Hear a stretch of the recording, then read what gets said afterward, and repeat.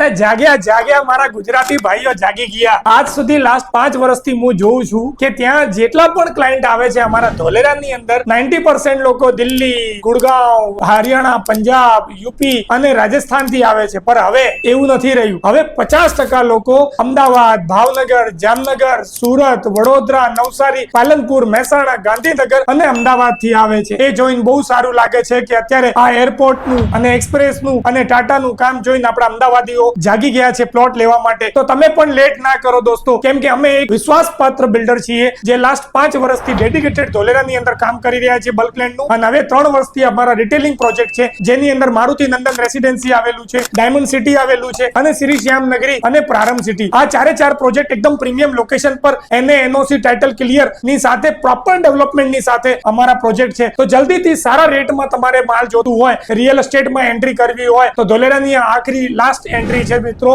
તો જલ્દીથી આપણો પોતાનો જીવનનો સપનાનો પ્લોટ બુક કરાવો। Good luck.